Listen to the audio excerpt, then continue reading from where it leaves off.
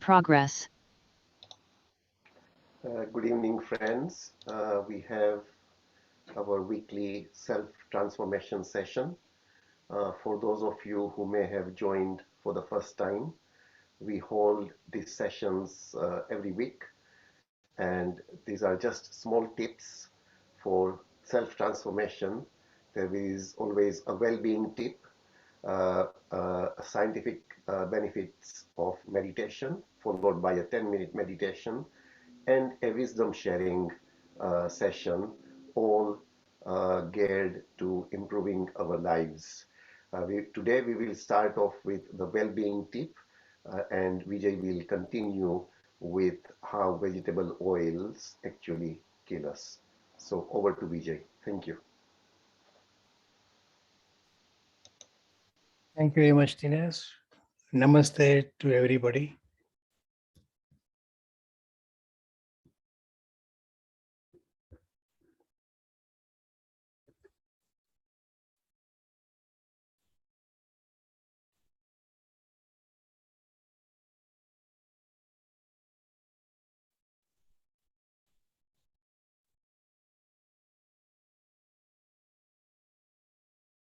Last week, we saw the first part of how vegetable oil kills. Today, we will see in the part 2 how it happens.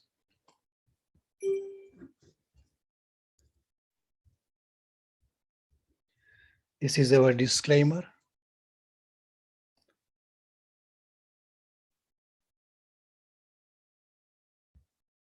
Last week, we saw in Popular Science Monthly that what was garbage in 1860 was fertilizer in 1870, cattle feed in 1880, and table of food and many things else in 1890.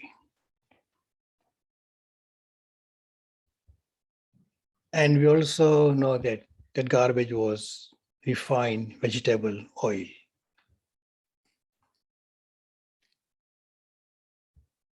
Now, these are the chronic diseases, some of them.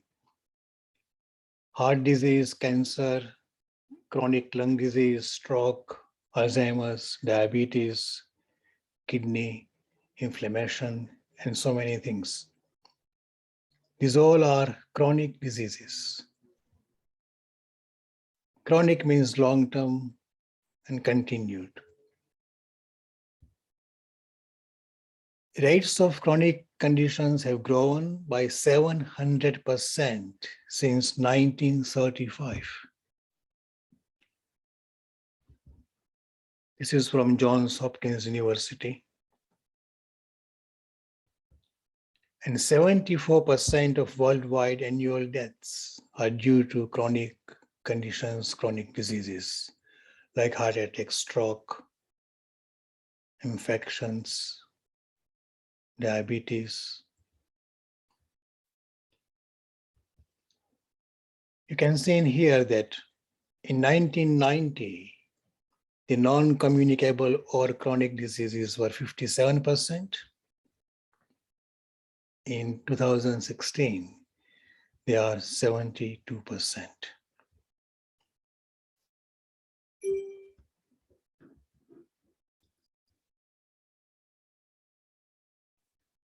Ten common chronic conditions for adults 65 plus: hypertension, high cholesterol, arthritis, heart diseases, diabetes, kidney, heart failure, depression, Alzheimer's. Similarly, in Canada, this was a study done by the Canadian government. 44% of adults 20 plus have at least one of 10 common chronic conditions. These are for the adults 20 plus, very young age. 25% of them have hypertension, anxiety, mood disorders, 13%, diabetes, 11%, cancer, 8%.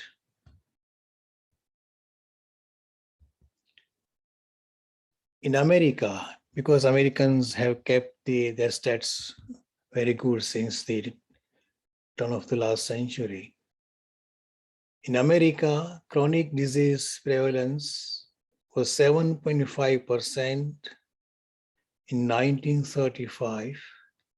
It is now 60% of population. 4 causes of chronic diseases, according to CDC: tobacco use, alcohol use, physical inactivity, and diet.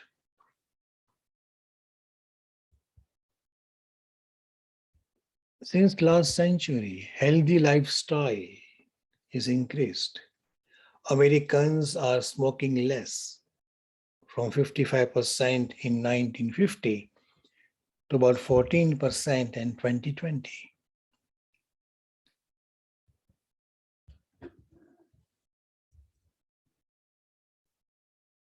Americans are drinking less alcohol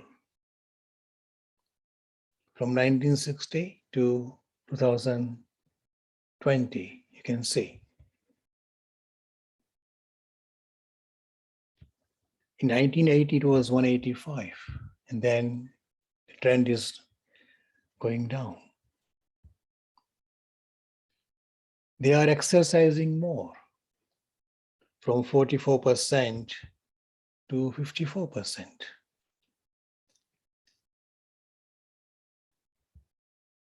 The plant foods are going up, and the animal food, it remains nearly the same. So healthy lifestyle is increasing, but still chronic diseases have not been decreased. Cancer is going up.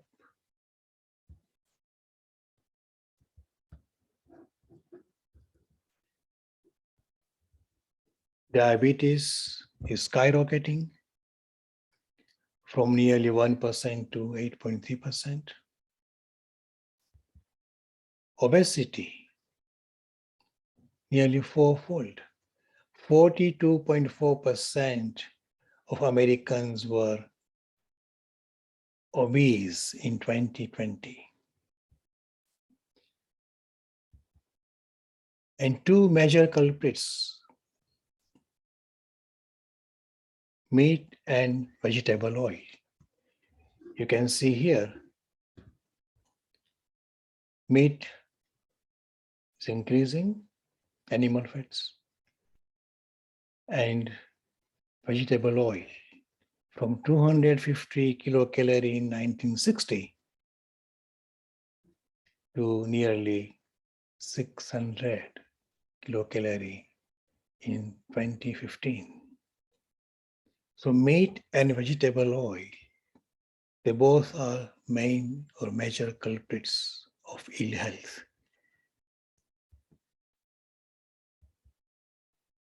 Like the smoking went down, sugar intake went down, sodium intake went down, alcohol consumption went down, meat remained steady, physical activities increased, green intake went up. But still, chronic diseases, cancer, obesity, diabetes, dementia, heart diseases, arthritis, all went up. And so has the vegetable oil consumption. American consumption of vegetable oil,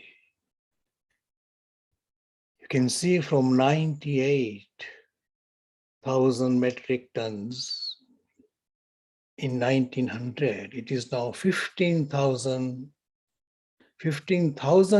metric tons today. And that is 150-fold up just within 1 century. This is the worldwide vegetable oil consumption. In 1970, sunflower oil was nearly zero, maybe 1 million metric ton. Is now more than 10. Look at the palm oil, the dark blue line, about from 2 million metric ton to over 40 million metric ton. This is the worldwide trend of consuming vegetable oil. The population has only increased by nearly threefold since 1950, but the consumption of vegetable oil is increased by nearly 150 times since last century.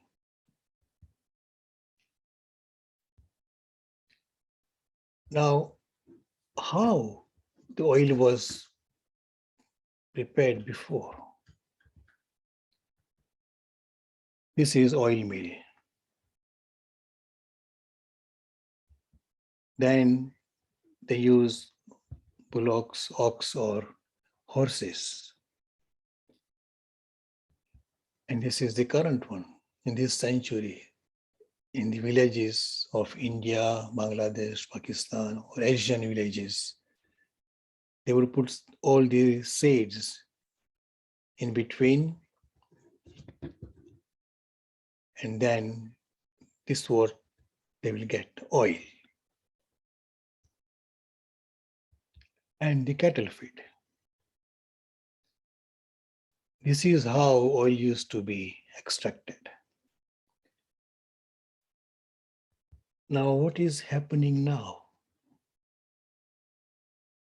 You can see what's happening.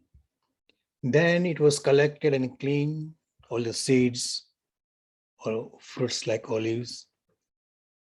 And then they would go into the oil press. This is the oil press as well. And then this was oil. And that's it. But after that, now the cattle feed oil cakes used to eaten by cattle, animals. It goes into a processing plant. Solvent hexane is added there. And then they add phosphate. After that, you can have crude vegetable oil. And then they will wash that crude vegetable oil with acid. Gums will be the byproduct. It is called degumming. Then neutralizing with alkali. Soap is the byproduct. And then again, cleaning with bleach, and bleaching earth would be the byproduct. In winterization, they put ethanol, and wax is byproduct. And to make it odorless and tasteless and very clean, first they heat that oil up to 280 degrees Celsius. After that, they steam it. So there is no odor, no smell, no taste. And then you get chemically altered oil. It is not refined oil. It is chemically altered refined oil. This is how oil is made.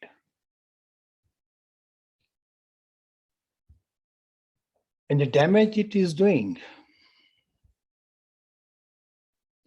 according to British Medical Journal, based on extensive research, vegetable oils do not reduce the risk of heart disease, and this substitution also increases the risk of sickness and death. So-called good fats, the isolated vegetable oils, canola, corn, flaxseed, olive, safflower, are at best medications and at worst serious toxins. They make you gain weight. The fat you eat is the fat you wear.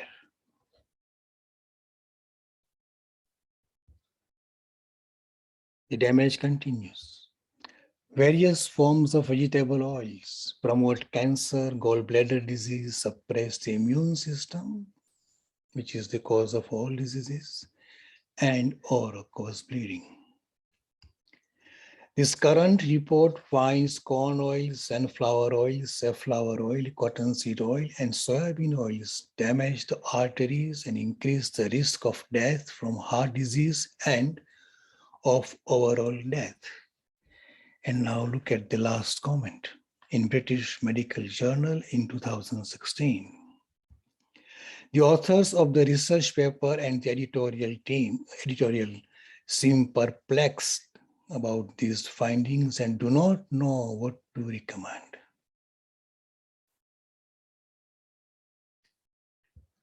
Now, why such a damage can be done by vegetable oil? An example, 1 cup is equal to 125 grams of corn kernels. 2 ears of corn is equal to 1 cup of corn kernels. So 16 ears of corn is equal to 1 kilo of corn kernels. 1 liter of corn oil, it takes about 34 kilos of corn kernels. It means that to get 1 liter of corn oil, they have to press 544 ears of corn. And why I'm saying this? Remember this thing, 2 grams of oil is equal to 1 ear of corn. 2 grams of oil is equal to 1 ear of corn. This is very favorite picture, French fries, medium serving, you know where? 170 grams is equal to 1 medium serving.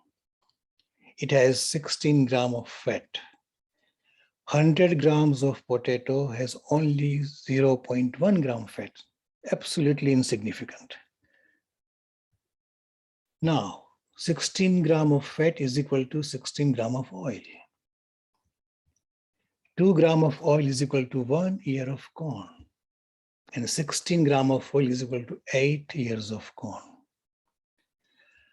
Would you eat 8 ears of corn with your medium serving of French fries? Ask this question. The rule of thumb of common sense is very simple. If you can't eat as real food, you shouldn't eat at all. And this is the excessive consumption of food, along with the chemically alteration of those seeds, are causing havoc in our body. Next week, we will see how vegetable oil biologically and chemically alter our body, destroy our cells.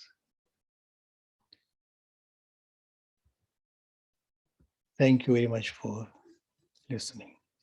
Now, Dinesh will continue with the scientific benefits of meditation. And after that, there would be wisdom sharing. Vijay, one very quick question. This was obviously very, very interesting and extremely shocking. So the question that arises in my mind is why is there no mention of all these things in in any recommendations by the medical bodies? Why is no one talking about this? First reason could be the industry pressure. Like in 1950s, doctors were advertised on billboards in America that smoking is healthy. So after 50 years, we all know that it is not healthy, it kills. This is all about money, all about economy. And gradually, they would say that the scientific evidence are not conclusive or inconclusive, and they are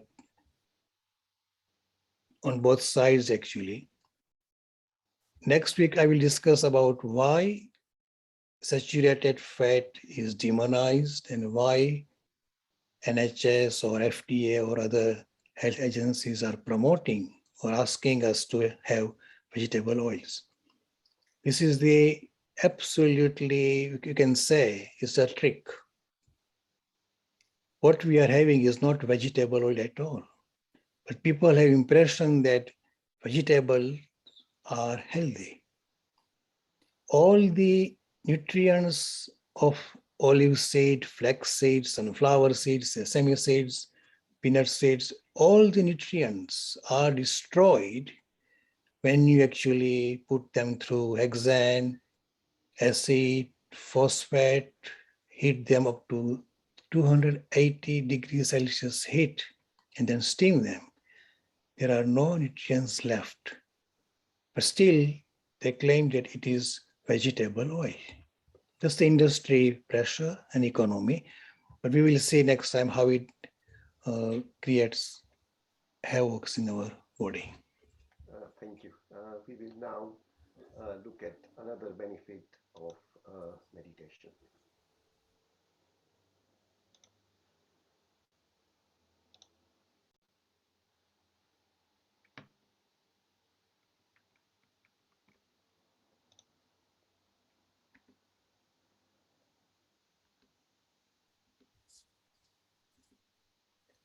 So, first of all, meditation and breathing are very interconnected. So, let us break our breathing pattern. When we break our breathing pattern, the spine 175 neurons in the pre-board C in our brain stem inform our brain's control center that something has changed. So our brain becomes alert to the new situation. This breaks the flow and we are ready either to react or to respond to the new situation. To break the breathing pattern, please take a few deep breaths slowly.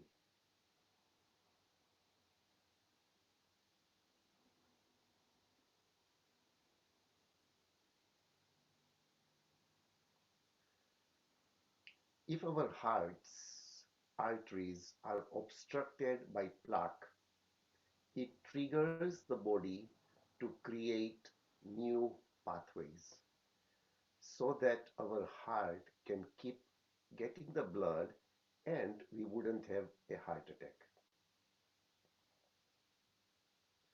This alternate route around a blocked artery or vein via another path is called collateral circulation. This is the natural bypass when it comes to the heart. These natural bypasses are called the coronary collateral circulation. When we breathe deeply and slowly, we are following the four-step breathing process. We inhale, we retain, we exhale, and we suspend.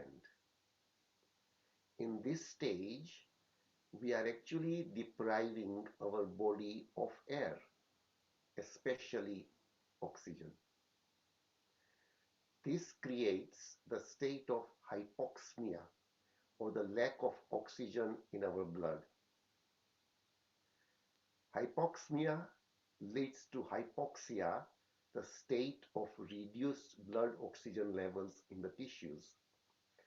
Because the tissues receive less oxygen, as there would be less oxygen in the blood. This hypoxemia or hypoxia, that is reduced oxygen in our blood and tissues, is actually responsible for creating new blood vessels and collateral circulation. So hypoxia creates natural bypasses. So when you retain the breath after inhalation and pause after exhalation, your body has brief episodes of hypoxia. Gradually, this practice creates new blood vessels and collaterals. Well-developed collaterals around the heart's arteries may save the heart's muscle from its death during episodes of blood flow restriction due to artery clogging. This may provide valuable golden hours from the impending heart attack to successfully restoring the blood flow. The brief episodes of lack of oxygen does not kill but make you stronger by, by preconditioning that would protect against future bypass incidents such as blocked arteries.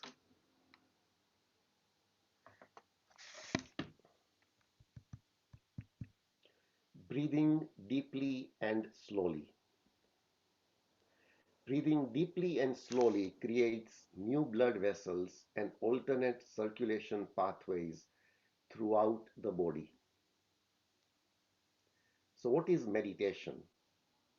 Meditation is focusing on a singular point.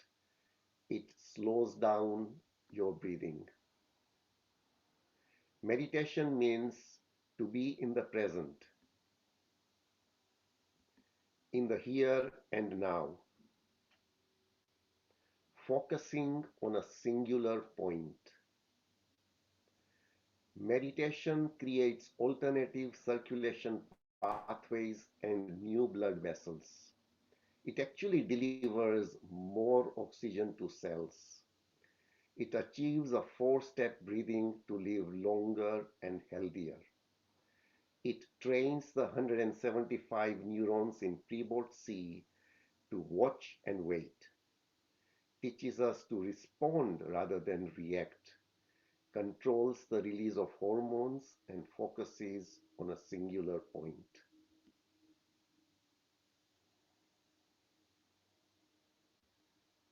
Meditation is not a religious practice. It is all about seizing the moment. It is all about you. It is all about you being in the here and now. No past impressions, no future anxieties, just the present, because you only live in the present. The past is gone and the future only arrives as the present. We all have 1440 minutes in a day. Spare only 10 minutes a day to tune with yourself, anywhere, anytime. Now let us practice a 10-minute meditation session. Please sit in a comfortable position, close your eyes, interlock your fingers to circulate energy, focus on your breath. Please keep observing your breath coming in and going out at the nostrils. If your mind wanders, please bring it back to your nostrils and observe your breath. Breathe naturally. Your breathing will automatically slow down. Keep observing your breath. I will now start the music.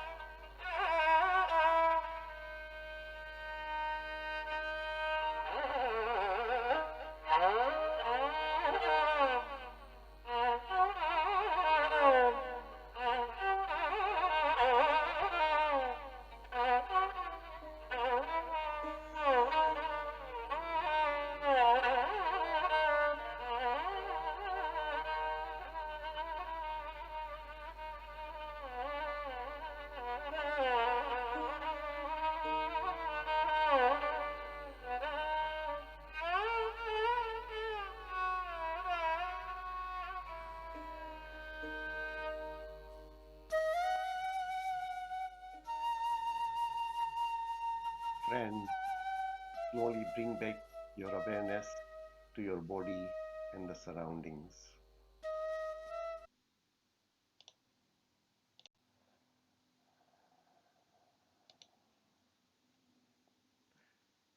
I hope you had a very nice meditation session. We start with the wisdom sharing session now. The wisdom sharing session, in sort of my sessions, I will be taking a series on lessons learned, life powerful lessons learned as a monk. For those of you who are not aware, Vijay and I were monks, sadhus, for 14 years. And some of the lessons that we have learned are very, very powerful. So if I start with my journey, uh, from early childhood, my mother used to take me to the temple every day in Nairobi, twice every day, in fact. Once in the morning, the morning arti was performed at 7 a.m. and the evening arti was performed at 7 p.m. in Nairobi. So from a very, very young age, used to go to temple twice every day. In the evening, there was a discourse. And then on Sundays, I used to go three times. On Sunday mornings, there was a special youth mandal. So, all the children and the youth used to get together. So there was another discourse then. And there was also a discourse Sunday evening for everyone. So, being part of a bhakti sampradaya, all the concepts that were indoctrinated in my mind were that God has an abode which is probably millions of miles away from Earth, and God is seated centrally on a throne, and all his devotees are sitting around him. The other concept was that God is present in the image, in the murti. And the third concept was God is present in the Guru. And that happiness lies in God and God alone. So these are the concepts with which I was brought up. And we then came to London, and after coming here, these concepts obviously sort of continued to play a major role in my life. I then decided to become a sadhu. So became a sadhu, and then for the first 4 to 5 years, I was mainly engrossed and involved in to activities relating to growing the organization. Because once you give up everything, you become a sadhu, a monk, your primary desire is God realization. So you want to experience God in this life. So when I looked around me, I saw so many sadhus and so many devotees all working hard in trying to expand the organization, to grow the organization. I saw very, very few sadhus where I would actually feel that they had achieved something spiritually. So for the first 4 or 5 years, we continued with the daily spiritual, with the daily ritualistic practices, attending discourses twice, thrice a day, attending 3 to 5 artis every day, etc. I did not feel that I was actually progressing spiritually. Then I was made a Guruji for the newly initiated sadhus uh, at a different center. And there was an enlightened soul who used to actually give all the discourses. And then over a period of a year and a half, all my understanding about God, about happiness, about peace started to radically change. However, in sort of we were then given an opportunity to go to the Himalayas, to the four dhams, and uh, in that year, I went to the four dhams. When I came back, then the first thing I went to the enlightened soul, and I prostrated in front of him. And then he actually slapped me, but it was a loving slap. And then he told me, "Where has all your knowledge gone? Do you think you are actually going to find God in a place of pilgrimage?" The second question he asked me was, "Do you think you are going to find God in a temple?" The third question he asked me was, "Do you think you are going to find God in an image?" The fourth question he asked me was, "Do you think you are going to find God in another individual, in a guru?" And that those words really, literally pierced my heart, stunned me into silence. And it is at that time I realized that whatever I am seeking outside is a futile search. Everything is within. If you want to look for God, the self, consciousness, universal consciousness, whatever word we want to use, it is all within. Then he narrated a story. He said, "Think about the Kasturi Mrug, that is the deer. The deer smelled something very, very nice. And the deer wanted to find where that smell is coming from. So, ignoring all hardships, started wandering around the earth. And it went around and around and around, but could not find where that smell was coming. The deer, actually became old, and in this frantic search, actually slipped from a cliff slope and got itself injured.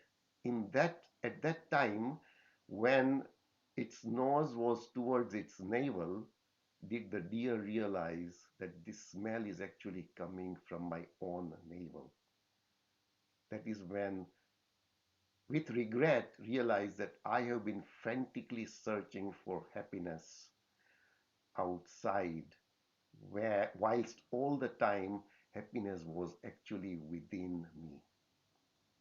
Think of the words which Jesus Christ said. He said, "The kingdom of God is within you." He did not look at the sky and point at the sky and say, "Heaven is somewhere else." And if we think about it, even Swaminarayan has said in Sarangpur 10, he's very clearly mentioned, one who thinks Golok, Vaikut, Swetdip, and Brahmpur, these are the names of God's abodes, are far away, millions of miles away. This understanding is false. Then he says, one whose understanding is that he is the soul, the Atma, the consciousness, the universal consciousness, and not or distinct from the body. God and his abode are not even an atomic distance away. What does that mean? If you think about a pinhead, just a very tiny pinhead has 5 trillion hydrogen atoms in its pinhead. So God, consciousness, universal consciousness, whatever word we want to use, is here and now, and that is what we all are.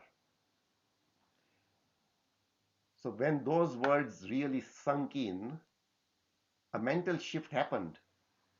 That mental shift happened, and I stopped searching for God without, meaning outside.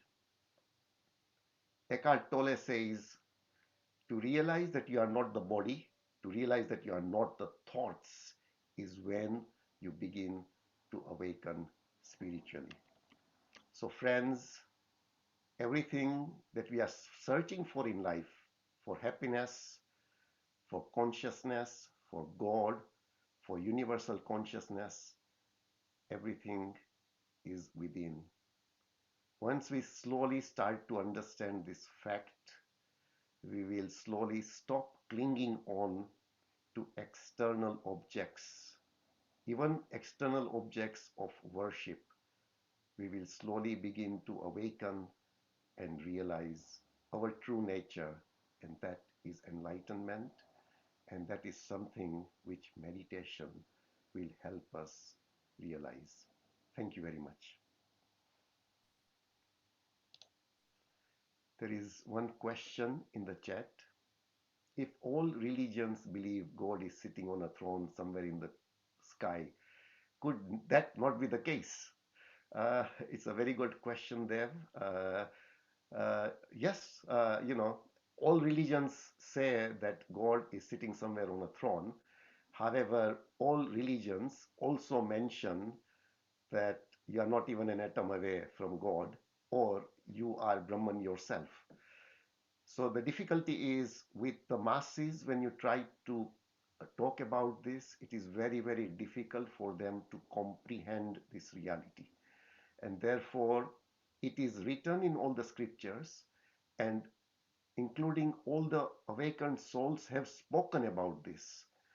However, it is the spiritual maturity of the seeker that is required to understand this. So the enlightened soul used to tell me, if there is a ton of sand, and in that ton of sand, there are only a very few granules of sugar in there. Will we be able to find that sugar? No. However, the ants, they will actually find that sugar, even if it is only a few granules in a ton of sand, they will be able to find those granules. So when we have a deep yearning for realization, for enlightenment, we will be able to understand that the self, the consciousness is here and now. It is not in the past, it is not in the future. Self and consciousness are beyond time and space. Thank you. If there is anyone else who would like to share anything from their experiences or any wisdom, please feel free to unmute yourself, and even if possible switch on your video. That would be really helpful for any of the things that we've spoken today or anything about this series.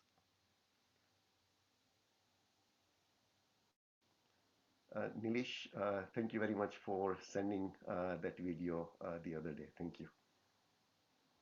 It was related to what you were talking about. So Yes, thank you. Thank you very much. thank you. Thank you. Ranjuben, have you got anything else that you want to add today of your experiences?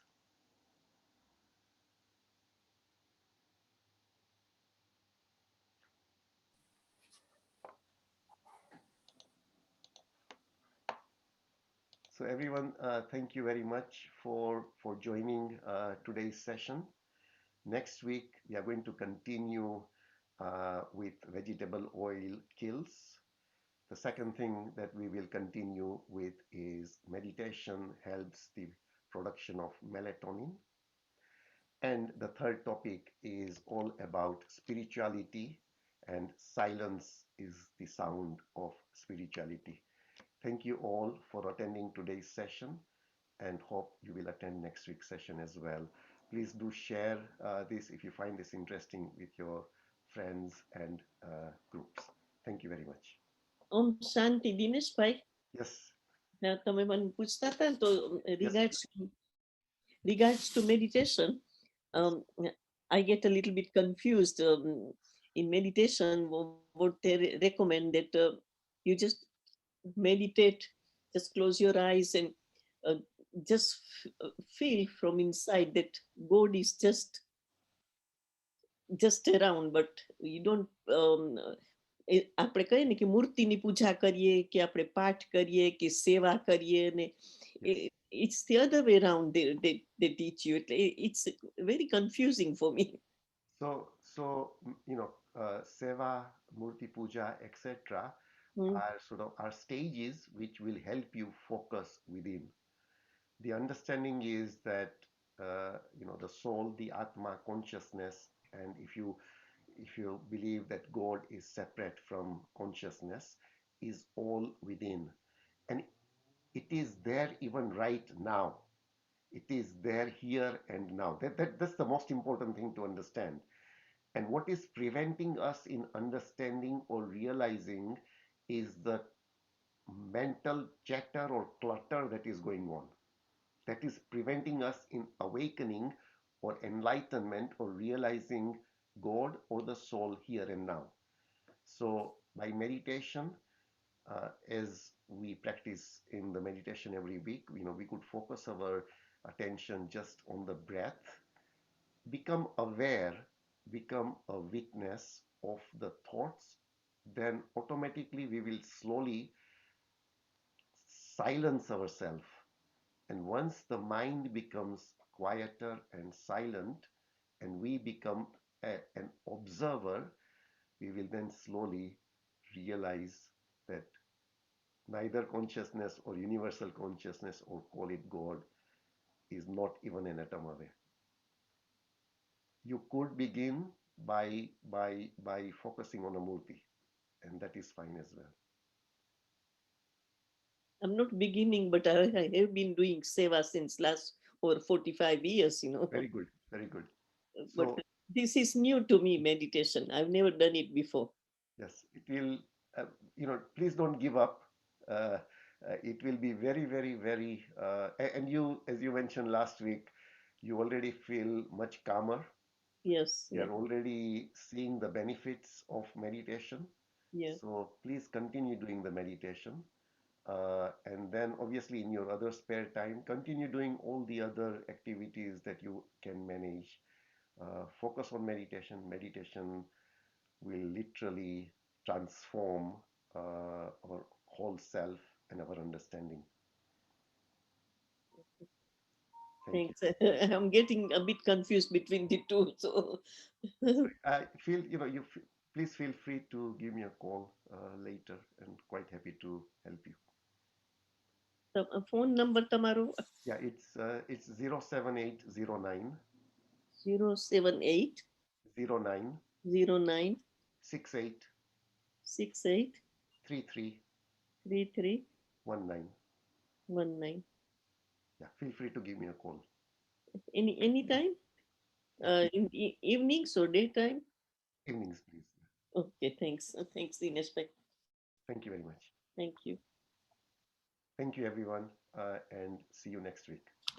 Om Shanti. Om Shanti. Om Shanti.